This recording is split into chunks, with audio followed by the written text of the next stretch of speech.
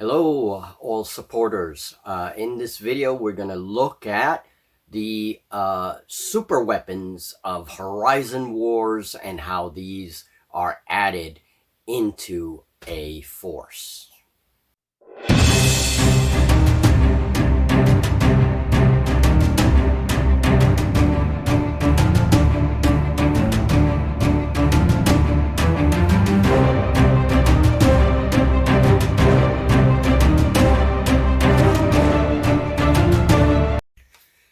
Hello everyone, welcome to MJ Hobby Corner. I will be your host in this video, and we are going to continue the Horizon Wars series, and this is episode 2. And in this video, we're going to be going over specifically super weapons, super mechs, and kaiju for biological armies. And all of this comes out of the book Over the Horizon. Now, Over the Horizon is another book by Roby Jenkins, Osprey Publishing, and it is an expansion for Horizon Wars Combined Arms, which is the core book. It's the first book, and Over the Horizon itself is not a standalone game. It has extra rules and gives you more options and expands the Horizon Wars universe, including some of the fluff. So it's an interesting book. First things first, let's do a brief overview of the book, look at all the sections, and take it from there. Then I want to show some examples using my own collection of super mechs and kaiju, those Godzilla-like creatures. So we start with page 7, New Rules and Elements. Here you get all the rules for super weapons, okay? And some really cool art using actual miniatures. I love when war game art is depicted this way. So super weapons, we get into all the creation of super mechs and other super weapons. So you have 3 basic categories. Super mechs, super tanks, and super flyers. Each of these categories will come with their own restrictions and rules. So, for example, just to mention one, super mechs cannot be rapid, and they have a minimum mobility of 4. Okay, this table will be the crucial table for creating super mechs, and they're created exactly the same way that standard mechs are created in Combined Arms. You have a presence value, and you have the points associated with that presence value, and that's what you're going to use to allocate to all your stats and buy your upgrades. Okay, so a presence 4 super mech, which is the smallest, you have 20 points to play with. It's very, very easy to make them. Now, again, they will have some rules attached to them as well, which we will have to pay attention to. Super tanks, here's the table for 2 super tanks. You get slightly lower points across the board. And again, their presence is from 4 to 8. And then finally, we have flyers. Can be given a maximum fight of 10. Anything P4 or above, a maximum move of 5. Anything presence 5 or above cannot have the rotary upgrade. It must have a different kind of propulsion. These are just aircraft that are too big. And then anything 5 plus P5 or above is also a light or heavy transport. Okay. And anything P7 or above is simply a hovercraft, a massive hovercraft, like some kind of like command fortress or something that hovers, but it can't be a flyer. So little rules like that. There's a brief history of super weapons, which expands on the fluff and Combined Arms and gives you examples of some super units. Okay, so Era 2, again, Era 3, the Fallen Earth, which is one of my favorite eras. And here you get some examples for like some Terran vehicles. And the interesting thing when you go past a little bit more is that it gives you the story of super mechs. How they were discovered on Shattered Earth by both Martian forces and Venus forces. So it's an interesting fluff. Living with the Monster is just a section that provides a couple of new rules for super mechs, like Fearful Presence, which means super heavy elements like these will draw on all the fire of the enemy within a certain range. So, yeah, your super mechs are going to be like hit sponges. And so that's something to think about. So it gives you the pros and cons of adding super weapons to your force. Now, another very interesting part of the book, which we will not be going through, is the metaformers. In this section, you get rules for transformable mechs. So here they give the example of the Veritech fighter from like Robotech or Battletech. Basically, these are transforming mechs. It could be anything, and they give you tables here for the parent vehicle. Any of those combinations are possible. So the metaform condition is an upgrade that costs points, and so this section gives you rules for all that. There is a history of the metaformers with regard to the different eras that we see in Combined Arms. So as you see, Combined Arms, the core book, is very necessary for this book. This is not a standalone game. There are suggestions for using metaformers, and it's pretty cool. The next section is Data War, and Data War includes all electronic countermeasures and hacking and radar upgrades.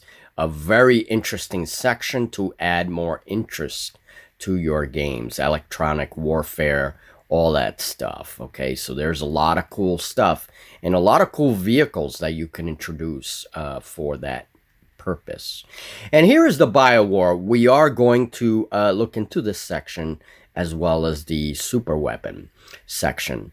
Bio armies, if you want to play Tyranid-like armies, if you want to play more Startrooper type alien bugs versus conventional armies, you can, or some kind of mix. Here is where you will find the Kaiju rules, which we'll talk about in a minute. And Kaiju are simply super mechs. They're organic super mechs. That's how the rules treat them. You have a couple of command choices for your command units in Bio Armies. So either Alpha or Hive Mind, which is interesting. And it's a pretty long section. Bio Armies do have a few rules associated with them. Now here is a little scenario. So allow you to test your Bio Armies. We have strategic assets. So this is very cool. It talks about the air wars, aircraft. It gives you more rules for aircraft and things like that, especially like bio aircraft and special operations, deep reconnaissance, and even naval support and field hospitals, which is a nice touch to the rules. Okay, moving on. Weird Horizons is a very interesting section to the book. I won't be going over it in this particular video, but this includes airships and a lot of weird, like Pulp Fiction type forces. You can also do like steam tanks and steampunk type of forces. So a lot of airship rules and weird elements, weird warriors, you know, giant drills, you know, anything you want to add in that respect. So moving on, new ways to play Horizon Wars. This is always interesting.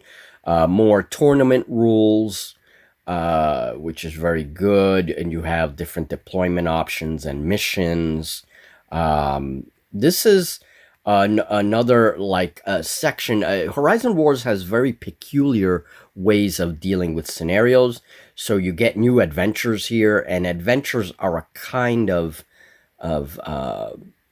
it's a way to play Horizon Wars. I'll definitely have to do another video to cover these sections. So adventures are interesting in the way they play. Okay, so you have tables for new missions and things like that, which is always good. Now, there are solitaire rules for Horizon Wars in this book, and I do plan on using these. I want to try these. These involve a deck of cards, of regular cards. So, like, you have diamonds and hearts and all these things, spades, what all those things mean in the solitaire game. This is exactly the way Infinite Wars, the space game, plays. So very interesting. Horizon Wars Errata and FAQ. The author did want to add some of these things. FAQ is always a good thing to have. So I'm glad that they added this to the book, and it should answer some interesting questions about the rules. Then, of course, you have your appendices with all the tables of new upgrades for super weapons, for bio armies, and for weird armies. Here are the kaiju mutations that you can add. I'm surprised at how there are quite a few things missing, I think. You know, like we don't have like crushing claws or anything like that. Some of my models have crushing claws. So what the book suggests is that simply use your imagination, and, you know, you can house rule these things to fit your armies, which is totally doable. Here are Horizon Wars, Weird Command, and other upgrades. So again, steampunk and Pulp Fiction style armies, okay, with giant airships and all that. And then you get a nice little index. So that pretty much ends the book. Okay, now let's look at some sample forces using my own collection and talk a little bit about super weapons. These are the sections of the book that I'm going to concentrate on. Okay, so super mechs. So I've arranged some of my own models in size classes into size classes with the different scales. This whole first row we're going to eliminate. This is all dealt with in Horizon Wars Combined Arms. Combined Arms is going to deal with mechs that are anywhere from P1, the light mech, all the way to P3. Super weapons begin at P4, which I'm going to nominate my little dreadnought here as P4, followed by P5, presence 5, and then all the way to presence 7. If I have something bigger, I'll name that presence 8. So from 4 to 7. Now, again, construction of super mechs, you use the little table on page 9 of Over the Horizon, and starting with this guy here, I'm going to say he is presence 4. That means I get 20 points to play with to allocate to my different stats. Now, I gave him movement 4, fight 4, armor 5, and defense 4. Fight and defense are basically, those numbers give you the number of dice that you're going to use. Horizon Wars is a D12 system. And then presence is used in melee combat. So that gives you the number of dice in melee combat. Okay, so that's important. I have 17 points, and that's because I eliminated a couple of points to use on upgrades. Okay, so you can save a couple of points for upgrades, and then the mech also gets the Fearful Presence rule in the Living with the Beast chapter. Okay, so that's very easy. It's the same way that you're doing in Combined Arms. You take your presence number, you assign a presence number to the mech, and then you're going to get those points and distribute them as you see fit, the way you want the mech to fight, to its movement, its fight, its armor, and defense. Okay, and then any upgrades you want to purchase, you go to the back of the book, and boom, you have your mech. By the way, this is a very cool mech. This is an old Tau vehicle, and I kind of converted it, and now this is a heavy mech in my forces, Horizon Wars forces. And look, it's even painted like the Martian colors. All right, so tanks. I have a few options for tanks. I don't have them displayed here, but I have some scratch builds. I also have these very cool World War II tanks. which can be used. And these will be your standard vehicles that you see in Combined Arms.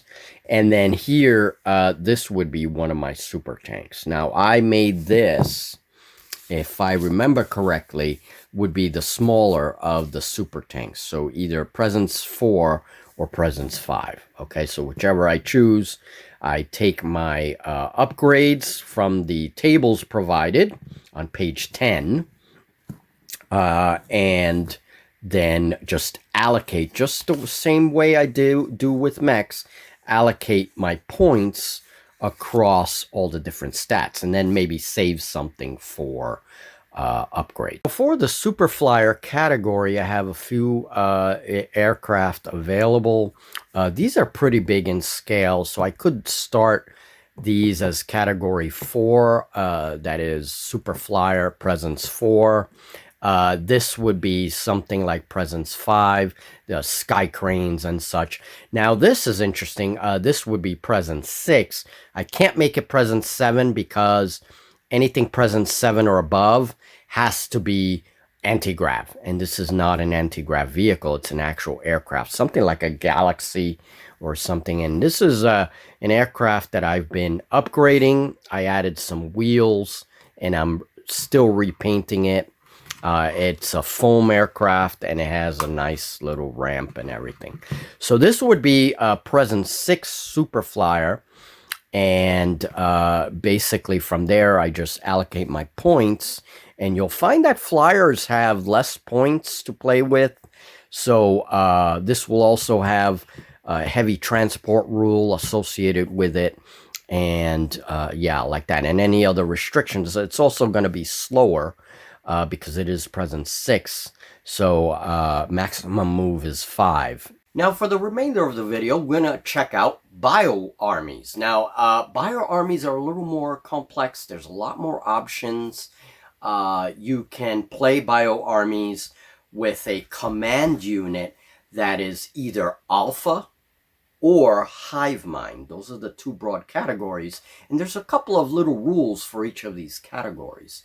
Alpha represents a command unit that is very large, has a large physical presence on the battlefield, and it basically dominates the force, you know, so it's a leader by domination. And you have hive mind, which, again, if you want to play a more Tyranid-like force, hive mind is the way to go. But hive mind works a little bit different. It has a few different aspects to it.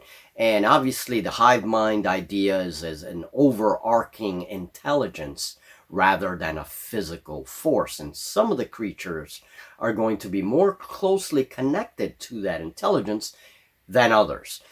So I have a basic force here, a biological army, and basically in order to construct these kinds of armies, the rules give you a lot of flexibility so that you can represent your army in any way you want, depending on your collection.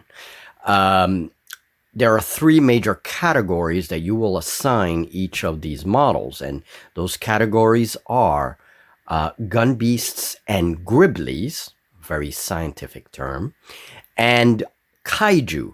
And the kaiju, of course, replace your super mechs, so they're going to be the largest creatures, the Godzilla-like creatures. I don't have anything very large, so these are actually small kaiju. So let's look at an example of this little army that I'm beginning. So the first category are my gun beasts. Now, keep in mind that gun beasts, you don't have to have guns represented on the beasts like you do with these Tyranids. You can give them breath weapons. They can shoot acid. They can shoot bioplasma from their mouths, you know, those sorts of things. Maybe they shoot spines from their bodies. So gun beasts can be represented in many different ways. I have these models in my collection, my drop zone models from the Scourge faction work very good here. And then I have these old mech warrior models that may represent human infantry or something that were taken over by some kind of parasite within my force. And so now they're mind control. They're working for my side. So these here would be gun beasts. And the interesting thing about these armies is that gun beasts, you will be using the table on Horizon Wars Combined Arms. And it's always nice to have the book. Here we go. You will be using the unit table in Horizon Wars Combined Arms to label your gun beasts. So I decided, because of the size of these critters and what they represent, that they were going to be heavy infantry. Okay, so heavy infantry has presence 2, and then it has these stats. Now, they also have dug in, alert, and infantry. They can take on all of these qualities, but I'm going to change. The only thing you do is you change the name from heavy infantry to gun beast. I would probably put heavy infantry in parentheses just to note that that's what it is. Now, the rules are that gun beasts cannot have rapid or vanguard. If we look at our heavy cavalry, which are tanks, they have rapid and vanguard vehicle. Rapid and vanguard vehicle. You cannot take on those abilities. So I won't make these cavalries because they're not really tank creatures. Okay, we're going to go into that in just a second.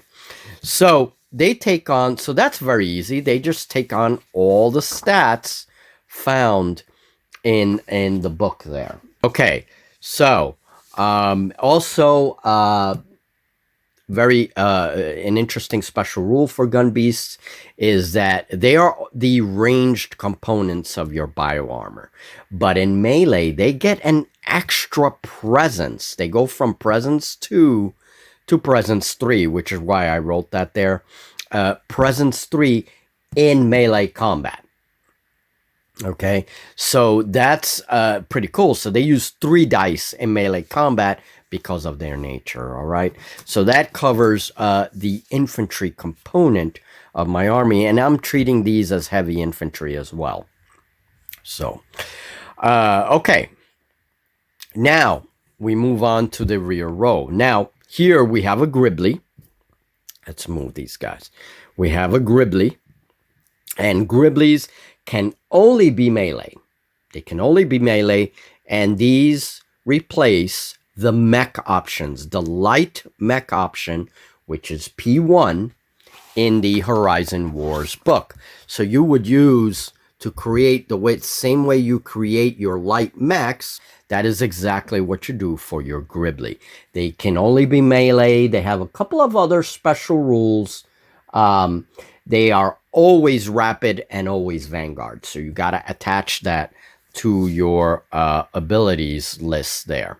And this is, he is P1. This is what I chose to allocate my points to. You get 11 points for light mechs.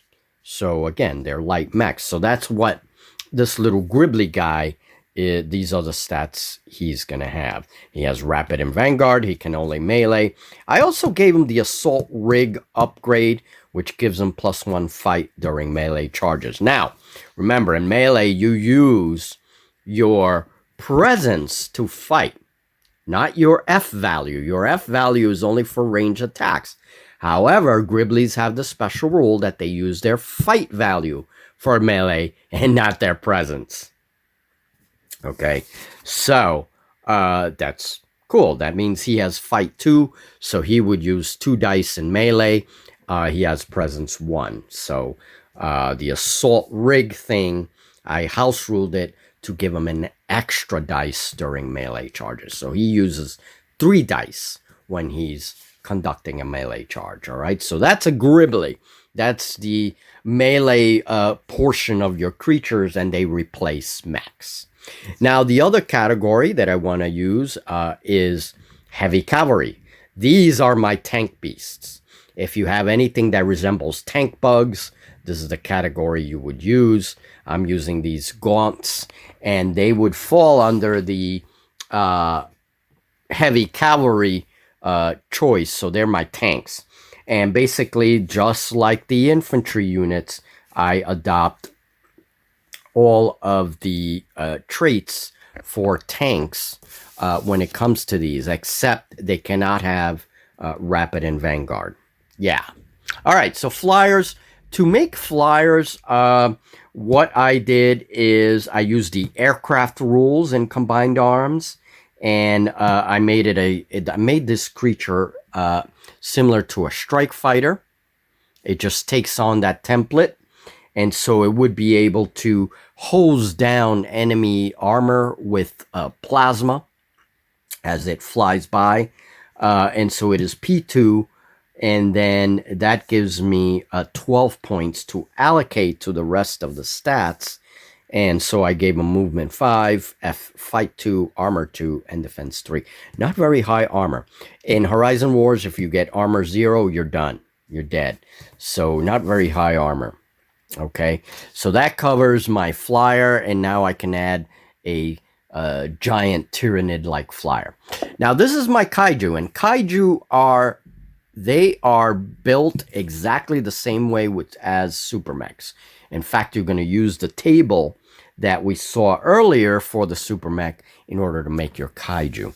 Now, Kaiju do have some special rules. It has the Vanguard special rule that comes with the trait Kaiju. It has Fearful Presence, so everybody's going to be shooting at him. After it has to be a certain range, though. It's the Kaiju's presence value. I'll have to check that. But the Kaiju's presence value in inches, and whenever an enemy approaches that, they have to shoot at the Kaiju. It doesn't matter what other enemy units there are nearby, it will shoot at the Kaiju. And that means your Kaiju is going to be taking fire like crazy, which is basically a strategy that you can use. So Fearful Presence, and then it also has Cumbersome because it is Presence 5. So anything Presence 5 or greater will have the Cumbersome rule attached to it, and anything P7 or 8 will also have the Lumbering special rule attached to it, and that means that the Kaiju can only move once. You can only give it one move action in the turn, so it's a lot slower. This is another example biological army where you have vehicles, actual conventional vehicles from Combined Arms, mixed with the Kaiju and all of the other creatures. So this is an interesting mix, and what I'm saying is that the vehicles are themselves organic. They are themselves biological. So I gave them the special rule regeneration, and they are all made with the table in Combined Arms, because these represent anti-grav vehicles, which are basically aircraft. You know, they'll represent light cavalry, heavy cavalry, etc. This is an even more interesting army, and this mixes biological components, monstrous creatures, with standard conventional forces. Now, the idea here is that your command mech, and I'm calling this my CHQ, my command mech, has some kind of apparatus that actually controls the Kaiju and the monstrous portion of the army. So in this case, they wouldn't venture too far from the command unit because they'll go into instinctual behavior. And that is important. Biological armies do have the instinctual behavior rule. So you want to keep whatever it is that controls them nearby. And if that is lost in the game, then the creatures basically become AI creatures. And there are also rules for drones in the Data War section, so you can include gun drones and other things like that. Kaiju flyers are an option. You can have giant Kaiju that fly across the battlefield. Now, the problem with this is that if I make these Kaiju Presence 5, the flying upgrade is going to cost 5 points. So it's 1 point of flying for every presence point that you have. So if they are presence 5, the flight upgrade will cost 5 points, which is a big chunk of the points that you get for that particular presence category. So that means that less points will be available for the other stats. So Kaiju, flying Kaiju tend to be a little bit weaker, but you can give them breath weapons, all kinds of things to make them pretty strong, and they do have flying. So these are awesome creatures from Hordes. And last but not least, kaiju have a special affinity for buildings, which means if you're using buildings in any of your scenario, they love to go and smash them. So we can definitely see a lot of Godzilla-like scenarios here, especially with bigger kaiju. Remember, these are only like presence 5, but you can have up to presence 8, and all buildings have an armor stat. When that is reduced to 0, the building is destroyed. So you can actually, have scenarios where the kaiju are drawn to or used to destroy, say, a Capitol building or some kind of important building, or simply smash as many buildings as you can.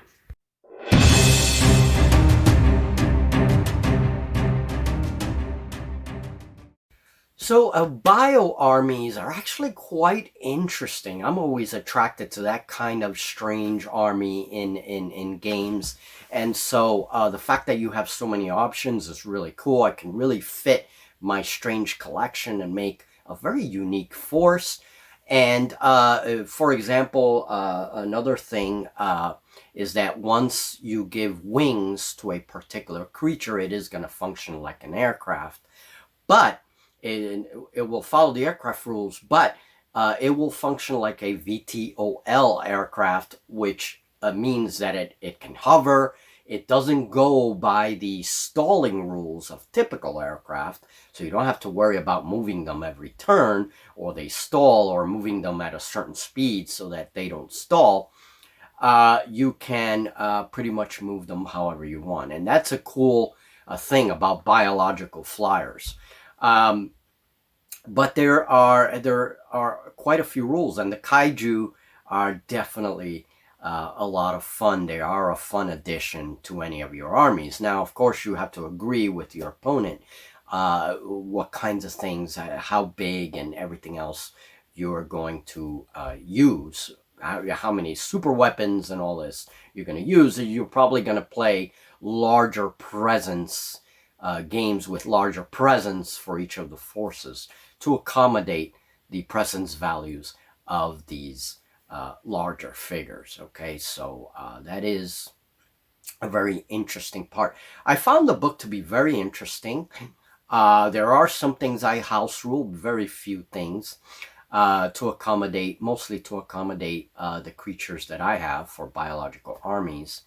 And we should probably play a game in the future using these armies to see how they work in game.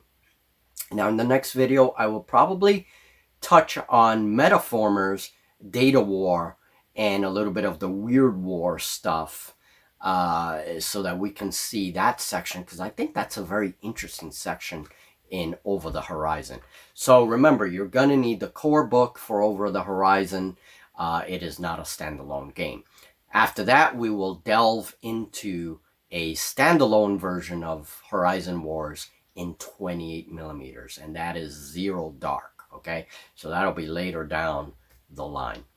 All right, folks, I hope you enjoyed this video. I hope that it's useful in some way. This is a very interesting and unique system that we're diving into, and more Horizon Wars in the future. Have a good one, guys, and we'll talk very, very soon.